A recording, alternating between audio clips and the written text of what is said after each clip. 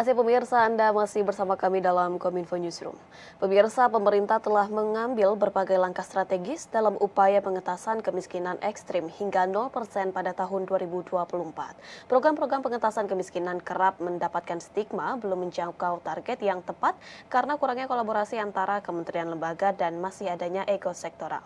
Pemaksimalan upaya pemerintah dalam pemberantasan kemiskinan ekstrim memerlukan inovasi agar setiap masyarakat mampu untuk memenuhi kebutuhan dasar dalam hidup. Untuk membahas lebih lanjut, sudah bergabung bersama saya pada hari ini dengan Bapak Nunung Nuriyartono atau yang akrab disapa dengan Pak Nunung, yang merupakan seorang Deputi Bidang Koordinasi Peningkatan Kesejahteraan Sosial Kementerian Kemenko PMK. Kita sambut terlebih dahulu. Selamat malam, Pak. Apa kabar hari ini, Pak? Selamat malam, Mbak. Alhamdulillah baik, sehat selalu. Baik, Pak Nunung, untuk meluruskan sedikit informasi kepada masyarakat, sebenarnya apa tolak ukur negara dalam mengkategorikan seseorang atau masyarakat sebagai dikategorikan masyarakat miskin, Pak Nunung?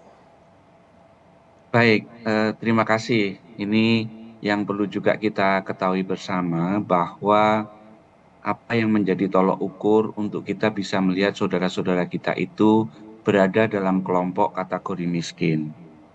Yang jelas kita ada ukurannya, secara nasional kita punya yang disebut garis kemiskinan. Nah, garis kemiskinan ini tentu mengacu kepada indikator yang lebih banyak kepada berapa sehari dia mengeluarkan uang untuk konsumsi, atau kita bisa melihat dari pendekatan pengeluaran atau income. Nah, kalau kita lihat maka tolok ukur itu kira-kira besarnya sekitar 535.547 rupiah per kapita per bulan. Ini kalau kita lihat indikator kemiskinan di dalam konteks berapa besarnya pengeluaran dia per kapita per bulan. Nah, kalau kita lihat lagi, tentu kita bisa masuk ke yang lebih dalam, yaitu yang kita katakan kemiskinan ekstrim. Kita menggunakan satu indikator yang menjadi kesepakatan internasional, yaitu 1,9 US dollar Purchasing Power Parity atau PPP per harinya. Nah, jadi inilah yang menjadi indikator sehingga kita kemudian nanti akan lebih bisa mengidentifikasi siapa saudara-saudara kita yang termasuk dalam kategori kemiskinan ataupun kemiskinan ekstrim tadi. Ya, jadi kesepakatannya sudah sama, gitu ya, karena ukurannya sudah jelas, itu kira-kira, Mbak. Baik, melihat dari indikator kesepakatan nasional untuk mengidentifikasi masyarakat yang berada di bawah garis kemiskinan. Kemudian jika kita lihat lagi, Pak Nunung, bahwa faktor kemiskinan ini juga bisa diakibatkan oleh banyak hal, mulai dari kondisi ekonomi, kemudian juga kondisi struktural dan sosial, dan juga tentunya kondisi budaya. Apa bentuk inovasi dari negara dalam mengentaskan kemiskinan dari adanya faktor-faktor tersebut, Pak? Oke, baik. Kita melihat ya, tadi kami sampaikan bahwa sesuai dengan Inpres nomor 4 tahun 2022, bahwa Presiden memiliki satu target pencapaian kemiskinan ekstrim hingga 0% di akhir 2024. Tentu upaya ini harus diikuti dengan berbagai inovasi. Inovasinya yang pertama yang bisa kami sampaikan bahwa ketika kita melihat sebagaimana disampaikan ukurannya, maka target sasaran harus jelas. Siapa kelompok masyarakat yang dalam kategori kemiskinan ekstrim tadi. Oleh karenanya, data yang menjadi acuan untuk bersama-sama seluruh KL agar bisa menyasar kelompok target sasaran tadi menjadi jelas. Berarti kita punya yang kita sebut P3KE. Ya, P3KE yang menjadi basis acuan. Itu dulu tuh, inovasinya adalah bagaimana kita sekarang memiliki satu acuan yang sama. Yang kedua, tentu ada 3 pilar penting ketika kita melakukan program yang menyasar saudara kita kategori kelompok kemiskinan ekstrim. Yang pertama adalah bagaimana kita bisa mengurangi beban kelompok masyarakat tadi. Yang kedua, bagaimana kita bisa meningkatkan pendapatan saudara-saudara kita. Ya, yang ketiga, yang tidak kalah pentingnya adalah bagaimana kita bisa mengurangi kantong-kantong kemiskinan tadi. Nah, pengurangan beban pengeluaran kita tahu berbagai program yang dilakukan oleh KL. Ada bansos, ada jaminan sosial, dan seterusnya. Kemudian yang kedua, peningkatan pendapatan dari kelompok masyarakat yang masuk dalam kategori yang tadi kami sampaikan. Ini adalah upaya untuk bisa job creation. Ya, job creation kemudian bisa meningkat, tidak dalam kelompok kategori kemiskinan ekstrim, tapi dia meningkat. Ya, yang kemudian juga diikuti dengan penurunan kantong-kantong kemiskinan. Kita tahu bahwa kemiskinan yang multidimensi ini diakibatkan karena misalnya fasilitas kesehatan, sanitasi, rumah tidak layak huni. Nah, maka ini kita upayakan bersama-sama dengan KL untuk bisa membangun infrastruktur kebutuhan dasar bersama-sama.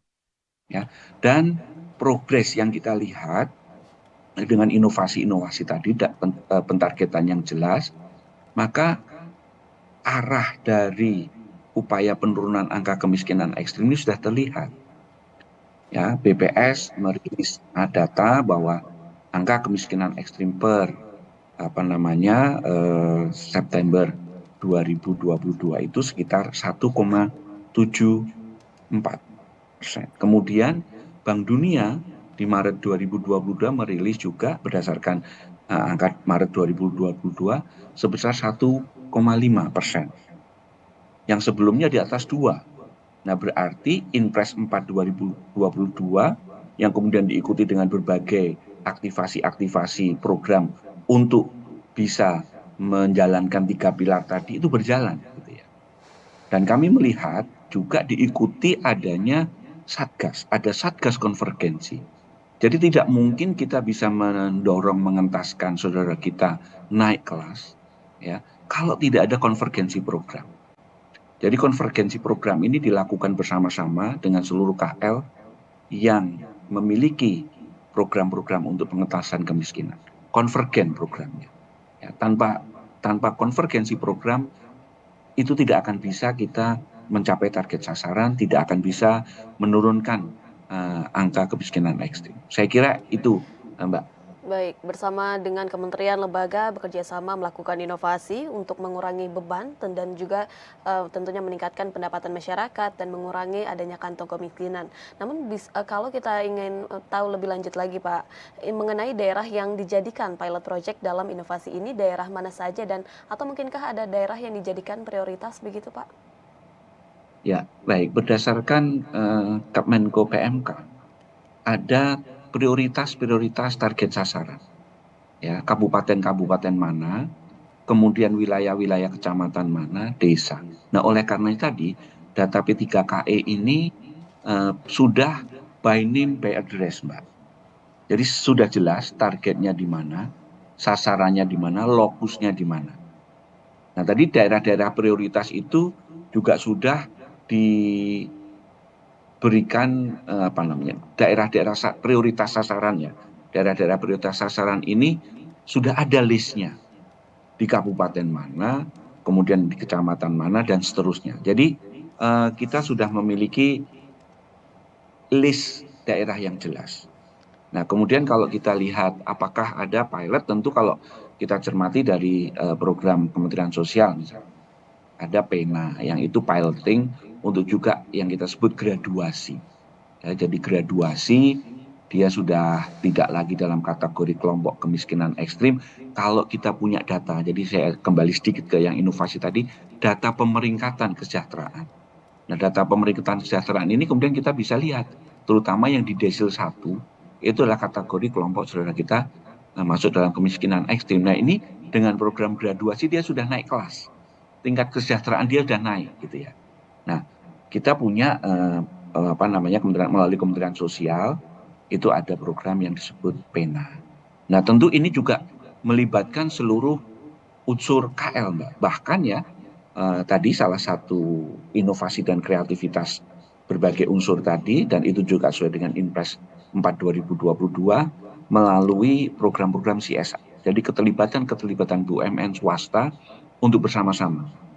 itu sudah ada titik-titik lokusnya. Misalnya kalau tadi ingin saya jelaskan lebih detail ya, di Solo, kemudian di Mojokerto, dan seterusnya ada beberapa wilayah yang itu bisa kita lihat buktinya keterlibatan berbagai pihak, mengurangi kantong-kantong kemiskinan, sekaligus juga ada job creation di sana.